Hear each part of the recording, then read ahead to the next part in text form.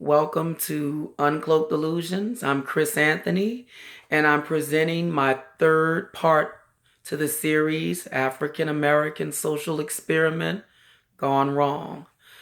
Now, in my previous video, I mentioned something concerning the three-fifths clause that was written in the Constitution.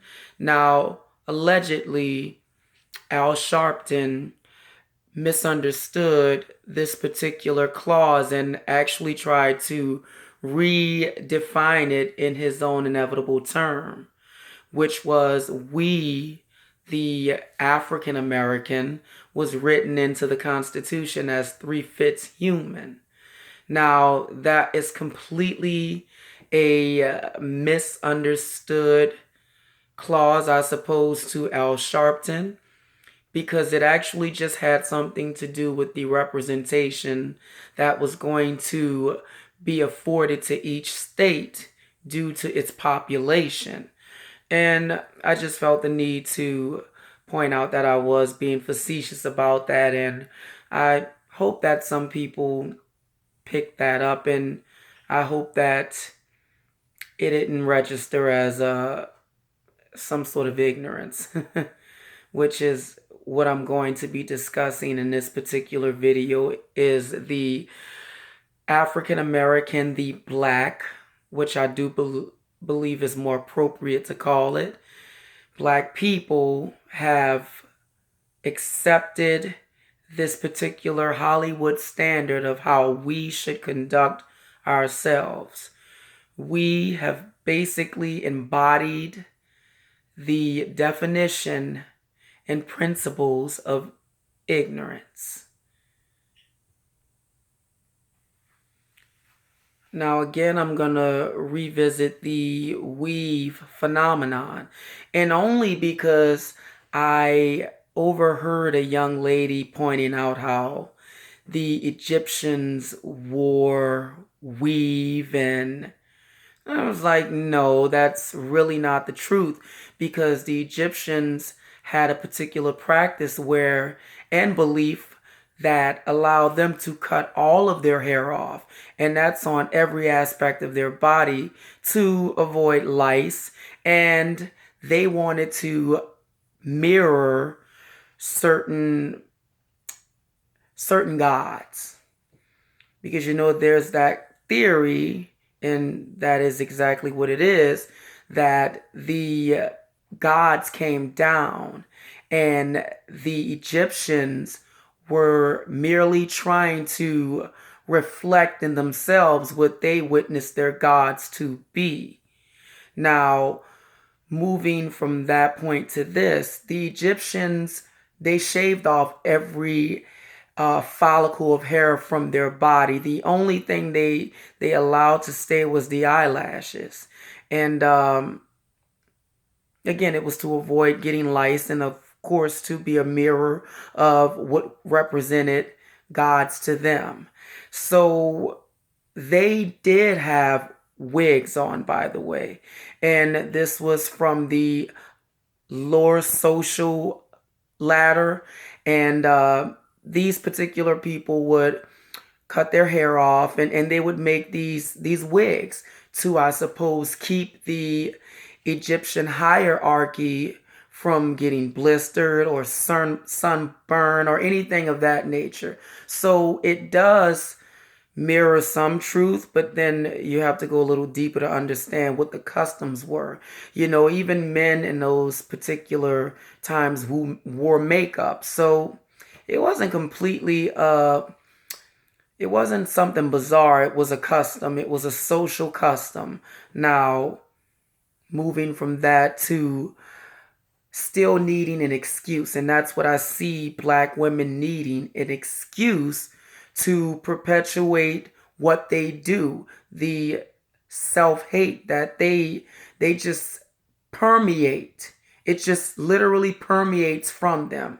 Self-hate, they don't see it that way. They've been conditioned, they've been pre-programmed to think that this is loving oneself. This is a beautiful thing, and this is, again, beautifying yourself, when it's the complete opposite of it, because however you cut it, the pie, however you put it, you will not find any Asian, any white woman, any Indian wearing a completely different strand of hair that is opposite of their own, because it just wouldn't look good.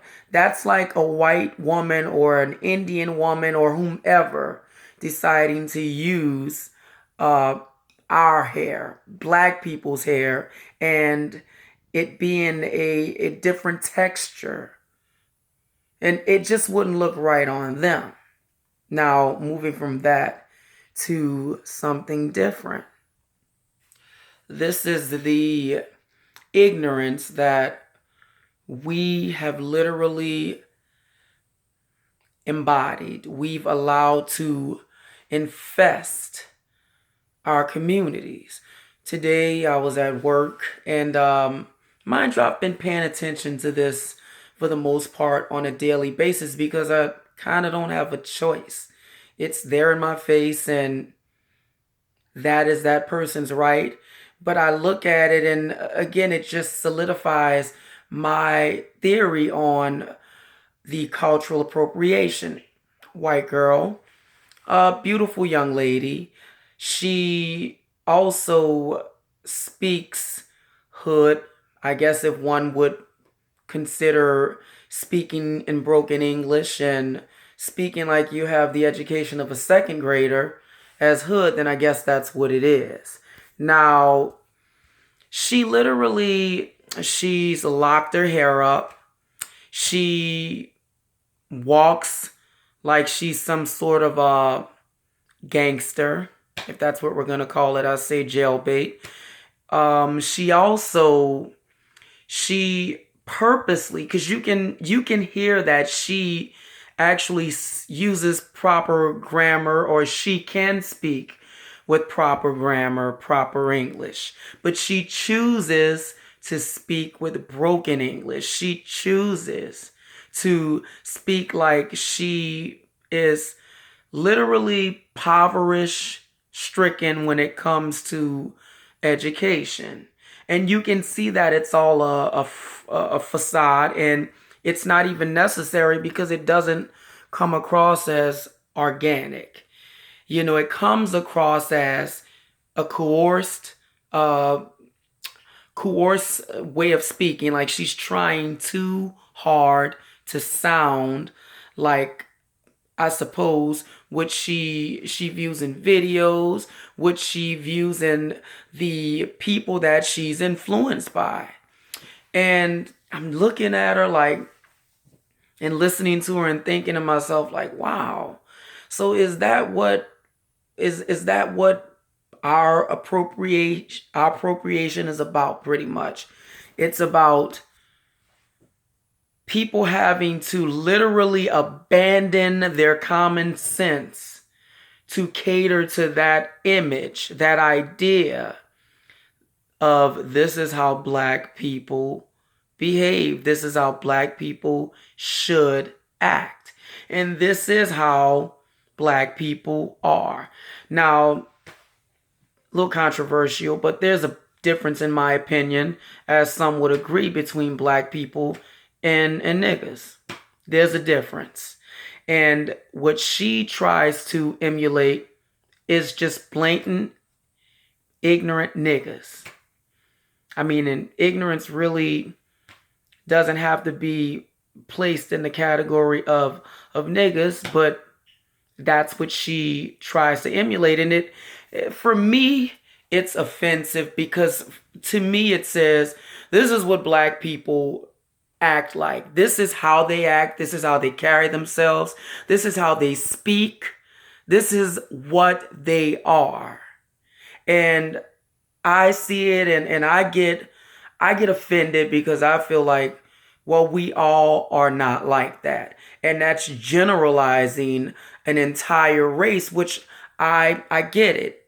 That would be easy to do, being that most of the representations of black people in America, it's pretty much seen through the eyes of the celebrities.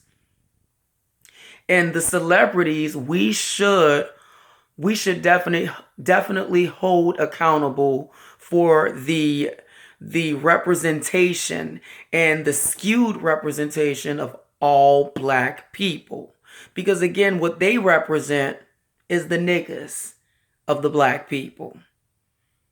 You know, the niggas that really and truly, and I think I sound a little, you know, ridiculous when I have to say that, but these people literally, they, again, I strongly believe should be put on an island and allowed to just fucking off each other. Now, when it comes to the whole idea of the cultural appropriation, it's the appreciation of a culture and their customs and their traditions. Is this what our tradition is? We devolve more and more and more. Food for thought. Another thing that I've had conversations about, which was the 40 acres in a mule myth. Now, it's necessarily not a myth, but it was shot down or dismissed in 1865, I believe. Andrew Johnson, he dismissed this particular act because they were going to make it law, and it was implemented, suggested, in 1863. Now, my opinion is 40 acres and a mule, because that would be the argument that black people would be better off with it, when black people were actually doing well after the American Civil War, because we at least owned like a half of 1% of something. And today, almost 150 years later, we still own a half of 1% of the businesses. So that just illustrates that we didn't grow. We didn't evolve. We did not annex anything to what we already had.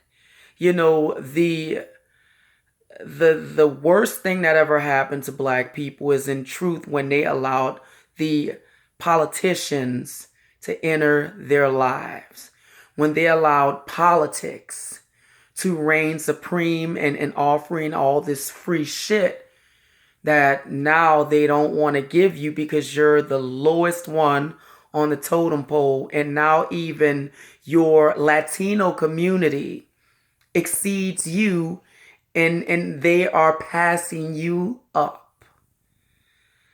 I mean, this whole white supremacy, racist thing, oh, let me give you a little idea that that's bullshit.